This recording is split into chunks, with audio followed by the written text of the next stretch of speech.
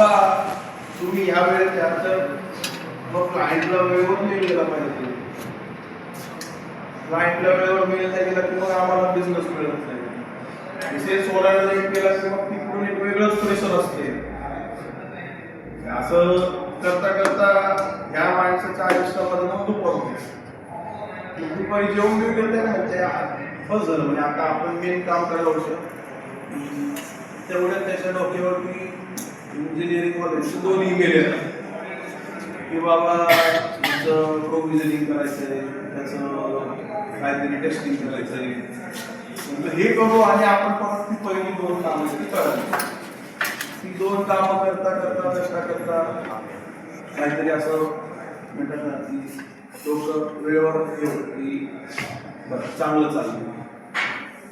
आणि मग हे सगळं झाल्यावरती फायनली तो त्याचं ऍक्च्युअल काम करायला जाईल. आणि ऍक्च्युअल काम करताना सगळ्यात मेन गोष्ट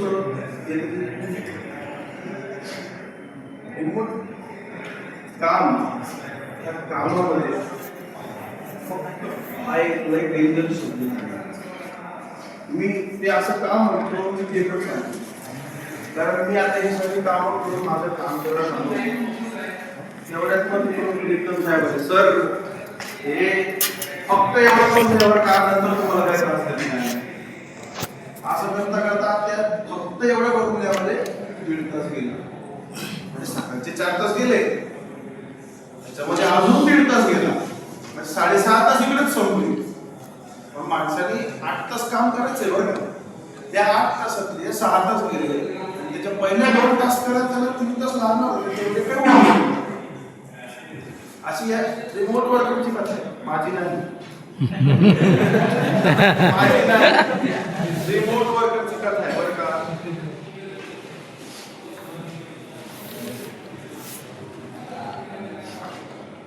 मग आता थोडस आपण म्हणतात ना की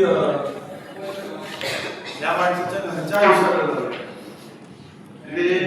इम्पॉर्टंट आहे. म्हणजे थोडस आपण कामाबद्दल डिस्कस नाही. आता आपण थोडस घराकडे हा आता माणूस घरात आहे. प्रॉब्लेम असा आहे की हा घरात बसून पण खात नाही. हा सगळ्यात मोठा प्रॉब्लेम. कारण कोणी आलं हे माझी मीटिंग चालू, परत कोणी आलं हे माझी शिफ्ट चालू, बॉसचा कॉल आलाय, परत जेवायला बसला कोणीतरी कॉल अरे एवढे की व्हायचं काम करून दे, परत बोला अरे एक बघ आलाय साफ करून द्या. ते एक गोष्ट मी नोटीस केली की खूपशा वेळेला असं होतं की लॅपटॉप तर बंद आहे पण डोकं अजून पण ओपनच आहे. हा सगळ्यात मोठा प्रॉब्लेम आहे. बरं हे सगळं करता करता एखाद्या दिवशी संध्याकाळी एखादा माणूस काम करून संपवून जातो, घरी बसतो, शांतपणे बसलाय, घरी आई वडिलांशी बोलतोय, बायकोशी बोलतोय, जर लग्न झालेलं असेल तरची गोष्ट नाही. ते इंग्रजीचं साहेब ऑलरेडी म्हटलं तुम्ही विचारत सोडून द्या. त्या हिशोबाने मी म्हटलं की जर लग्न झालेलं असेल तर मग ह्या सगळ्या गोष्टीमध्ये तू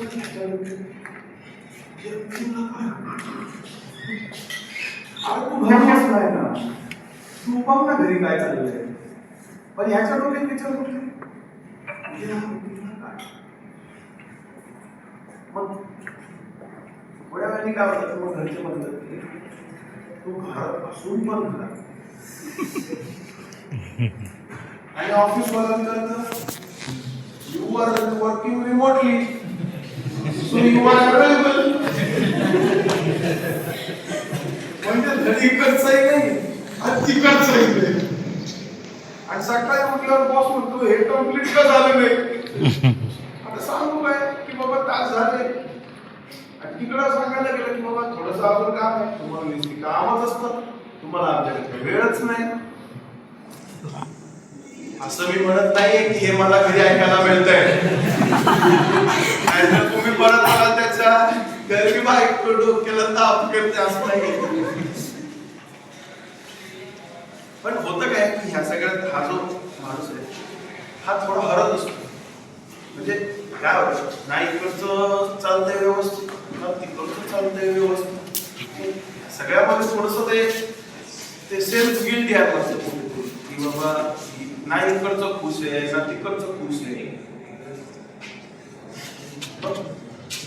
थोडस हा माणूस जे आहे तो म्हणजे हरायला लागला की मग कधीतरी असं विचारतो की बाबा ह्या सगळ्याचं कारण काय. तर मग एक दिवस ना लक्षात कारण जे आहे ते वेळ नव्हताच. वेळ नाही असं नाही, काय शेवटी कसं तुम्हाला 24 तास त्याचे काय 48 होऊ शकलो नाही आपण अजूनपर्यंत. पण इम्पॉर्टंट गोष्ट ही आहे की वर्क लाईफ बॅलन्स म्हणजे it's not really about time management. It is about attention management. म्हणजे ही गोष्ट मी 3-4 आठवड्या आधी लिहिली होती. ती काल मला एका ठिकाणी आहे ना जास्तच आपले डी साहेब आहेत ना ते संध्याकाळी आम्ही असंच वर्कशॉप झालं आणि म्हटलं चला आता कॉफी प्यायला जाऊ. Technically he had that option to take and come with us for coffee. पण ते काय म्हणते का सर आज ना मुलीच्या शाळेमध्ये त्यांनी म्हटलं नाही ड्युटी कॉल्स फर्स्ट. तर कसं आहे की ह्या सगळ्या कामाच्या तुमच्या ह्याच्यामध्ये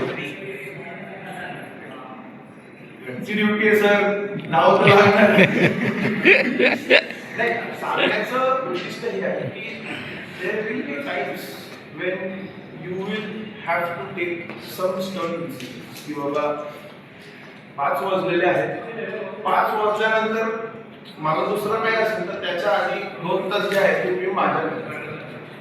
कारण कसं आहे ही गोष्ट आता नाव I have almost 3 year old boy. But then after 17-18 months or 19 months I kind of realized I was देऊ शकत नाही. एका माणसाची कहाणी आहे, माझी नाहीये.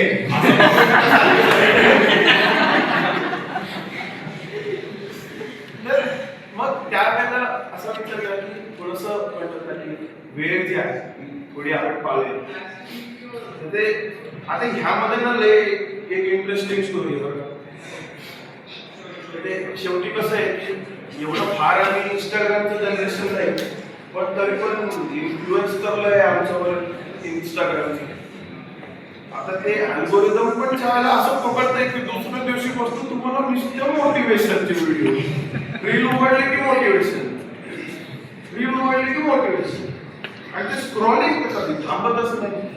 आम्हाला आलं मोटिवेशन, दुसऱ्या दिवशी पटका 5 वाजता उठणार आणि काम करायला आणि नाही दुसऱ्या दिवशी खरंच 5 वाजता नाही 4 वाजता उठून पटल्या 5 वाजता कामावर बसलं पण आणि त्यांनी काम पण केलं. असं नाही म्हणत की काम नाही केलं, त्यांनी काम पण केलं. पण काम केल्यावर दुसऱ्या दिवशी जे आहे ना तो 5 वाजता नाही 6 वाजता सकाळी. कारण काय झालं ते काम केल्यावरती संध्याकाळचा जो वेळ आहे त्याला मोकळा मिळाला, लवकर गेला. मग कुठंतरी एका दिवशी बायकोला गेला सँडविच खायला घेऊन, मग त्याच्यामध्ये चाललं शॉर्मा खाऊ. असं करता करता थोडंसं फिरून पण येऊ. हा मग ते फिरता फिरता वाजले 12. आता 12 वाजले, घरी यायला 1 वाजला आणि 1 वाजल्यापर्यंत तुम्ही झोपल्यावरती तुम्ही 5 वाजता कसे नाही. एक टाइम होतो जेव्हा आम्ही उठायचो. पण आता जसं वय वाढतं तसं you need a stipulated amount of sleep. म्हणजे this is a kind of a message to जे कोणी स्टुडंट्स आहेत की आता तुम्ही 3-4 तास झोपेवरती याला काम करा. ओके आणि तुमची बॉडीनी सपोर्ट पण करेल. पण your lifestyle will you has burger, mayonnaise, cheese, omelette, and everything that comes in line. मी इकडं थोडंसं बर्गर, मेयोनीज, चीज सगळं आहे. कारण भाकरी खाल्ली असतील तर तिकडं आज तुमच्या झालं थोडंसं असंच असतं. एकदम थोडेसे साईज मध्ये व्यवस्थित हे ते एकदमच मला याच्यासारखं असतं. But we technically don't live in their lifestyle. We live in सकाळी चालू झालं की बर्गर. नाही नाही म्हणजे मी या माणसाची कहाणी सांगतोय की थोडीशी माझी पण होती बघा. त्यातला काही पाठ काय आम्ही पण बघितलेलं आहे. दिल्लीमध्ये सकाळी उठल्यावर काय खायला गेलं तर कोण मॅगी. आणि बरं असं नाही की एक मॅगी खाऊन वाटलं उठलाय. आखी फलटण बसते आणि 5-5 मॅगी असते. शेवटी तो मॅगीवाला कंटाळून म्हणला अरे बस करा म्हणे जाऊ द्या किती खाल तुम्ही. नाही नंतर कंटाळून आम्ही सामान घेऊन गेले ती गोष्ट वेगळी आहे. हो पुरानी दिल्ली में आपने रुके थे. बट या दोस्त वर डेज कहानी तो आपकी नहीं है मगर. हाँ कहानी तो आपकी नहीं है मगर कुछ कहानी मेरी है हेल्थ के बारे में बोल रहा हूँ. हाँ आज त्याच्या आधी संपूर्ण पडेगा. कुछ तो सच बोलना पड़ेगा. हाँ थोड़ा तो सच बोलना पड़ेगा ना. नहीं तो नहीं चलता. पण ते झालं असं की पहिला दिवस पूर्ण एनर्जी, दुसऱ्या दिवस 1 तास लेट, तिसऱ्या दिवस 2 तास लेट, चौथ्या दिवशी मॅनेजर सकाळी विचारतो हा आपल्या सकाळी 5 वाजता येणार होता 10 वाजले गेला कुठं. आणि असं नाही स्वतःचं तोंड उघडून हे माणसाला सांगतो माझ्याकडचं 5 बजे आहे का 10 वाजले हा बेडवरच आहे. मग कुठं गेलो मोटिवेशन. तर त्यावेळेला त्या माणसाला असं कळलं की मोटिवेशन इज टेम्पररी. म्हणजे बेसिकली तो घरचा पाहुणा आहे कधी पण येईल कधी पण जाईल. And what I really consider discipline is तुमचा घरचा.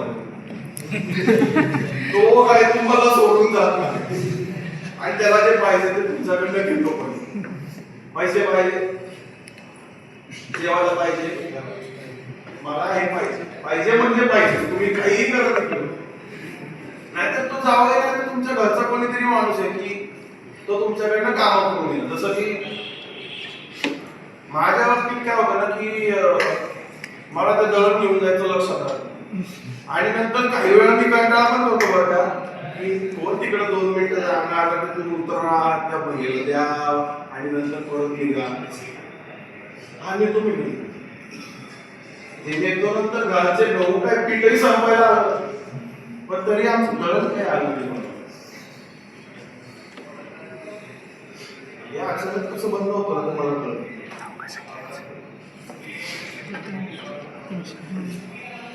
तर getting back to the original story की प्रथमेश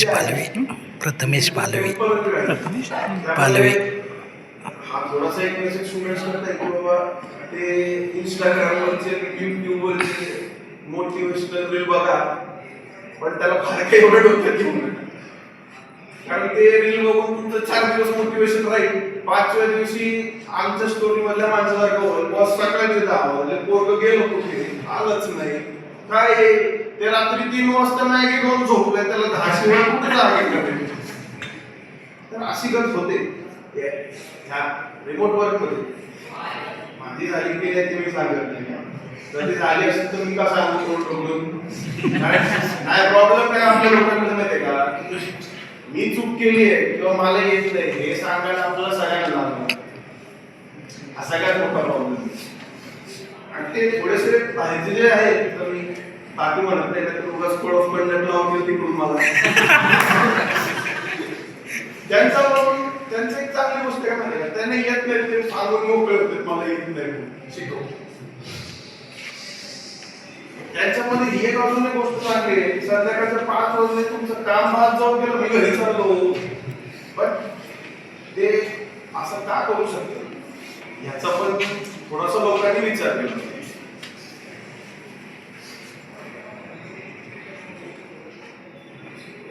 याच्याकरता काहीतरी थोडस होईल.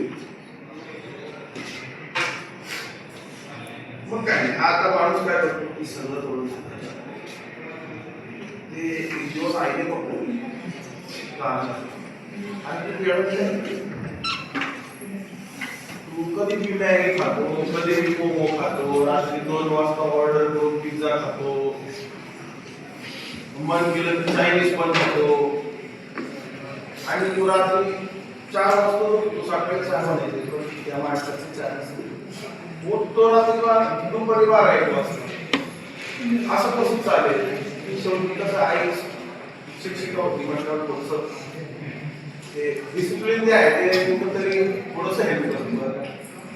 मग त्या मुलाला आईने सांगितलं की काम थोडं 1-4-5 दिवस येतात थोडंसं ब्रेक लय झालं. 4-5 दिवस ब्रेक, वेळेवर उठा, वेळेवर झोपा, काही करू नका, पण ते वेळेवर उठणं झोपणं आहे डोक्याला शांत करणं आहे तेवढं करा.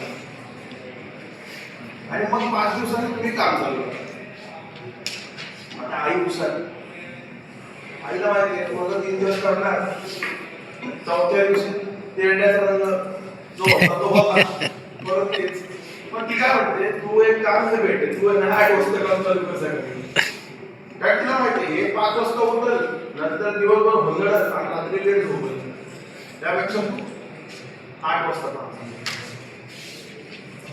मग संध्याकाळी 5-6 पर्यंत तुमचं जाग कुठे पोहायला तुमचं तरी चालून घे, काहीतरी कर. म्हणजे कामामध्ये तुम्ही बोर होऊ नये किंवा एक काय म्हणतात त्याला आजकाल नवीन शब्द आला बरं, तो मी कधी ऐकला नव्हते, बर्नआउट म्हणतात त्याला, बर्नआउट. तर हे तुमच्या भाषेत बर्नआउट होऊ नये पण स्वतःच काहीतरी समजत होतं. म्हणजे आता आम्हाला आवडतं गाड्या चालवणं, गाड्या चालवत तसं काय नाही, पण त्याला पेट्रोल नियम पावला. आणि कोल्हापूरमध्ये तुम्ही काय हेल्मेट घालत नाही, तसं करू नका, हेल्मेट घालून जा. नाही तर उद्या म्हणायचं ते कोणीतरी आलो तर प्रथमच ते म्हटलं चालवून जा गाडी फिरवलं, ही फिरवली, पण प्रथमच ते हे लोक सांगितलं की बाबा गाडी 80 वरती घेऊन. तर असं नका करून काहीतरी थोडंसं रिस्पॉन्सिबिलिटी. आणि हे सगळं जे आहे ते थोडंसं शेड्यूल करा की बाबा ह्या वेळेनंतर हे काम, आणि थोडासा जो वेळ आहे तो करता द्या, आणि बाकीचा उरलेला वेळ आहे तो तुम्ही थोडंसं स्वतः करताही देऊ शकता. जसं की आता आपल्याकडे एक नागेश बसलेला आहे, तो व्हायलिन शिकतो. त्याला हे लोकांना माहिती नाही की तो व्हायलिन शिकतो, तो काही जाऊन कुठे परफॉर्म करत नाही किंवा त्याची अशी काही इच्छा नाही की त्याला बँड वगैरे व्हायलिन वाजवायचं. तो ते त्याचा स्वतःच्या आनंद करता करतो. आता दुसरे पण आहेत बाबा, अमित सरांना ते कवितेचं लय आवड आहे, तर ते तसलं काहीतरी करतात. उदय बोलले तो थोडासा म्हणतात ना की त्याला काय माहिती ते ट्रक बद्दल लय आवड ते नाही, कारण की त्यांचा फॅमिली धंदा असतो होता आधी, तर ते नवीन गोष्टी शोधत असतो. म्हणण्याचं उद्दिष्ट हे की जे एखादी गोष्ट तुम्हाला आवडते ती करा. युजली काय आहे की स्टुडंट्स करता आता सध्या एवढं टेन्शन घेण्याची गरज नाही, पण हळूहळू तुम्ही स्वतःला एका साच्यामध्ये आणण्याचा प्रयत्न करा. त्याच्याने होईल काय की एक थोडीशी शिस्त लागेल आणि हळूहळू तुम्हाला म्हणतात ना ट्रान्झिशन करायला वेळ थोडासा तुम्ही म्हणतात ना की एक हार्ड टर्न नाही होणार तुमचा, की जेव्हा त्या एका माणसाने इम्प्लिमेंट केलं तेव्हा थोडंसं टफ गेलं, आम्ही बघितलं होतं. त्यामुळे ते थोडं टफ गेलं. म्हणजे पहिले 5 दिवस उठलं तर वाटच लागली, 8 वाजता उठायला म्हणजे लोक घरी सांगत असते, एसी चालू असतो, 18 डिग्री टेम्परेचरला माणूस थंड असतो, त्याच्यात उठणं सोपं नाहीये. पहिले 2-3 दिवस तर आम्ही तासभर भेटतो. मग त्याच्यानंतर ठरवलं नाही बाबा आपल्याला एसी लवकर बंद करावं लागेल, मग रात्री स्टार्ट करत तासभरात बंद, सकाळी बरोबर उठतोय, फॅन चालू नाही म्हटलं थोडी गरमी होती माणूस. तर अशी एका माणसाची कहाणी, आणि ही कहाणी मी इकडे तुम्हाला सांगायला आलेलो होतो. माझी कहाणी सांगून झालेली आहे. कोणाला काही प्रश्न असतील तर मग तुम्ही विचारू शकता, बाकी मला उत्तर नाही आले तर रामकृष्ण.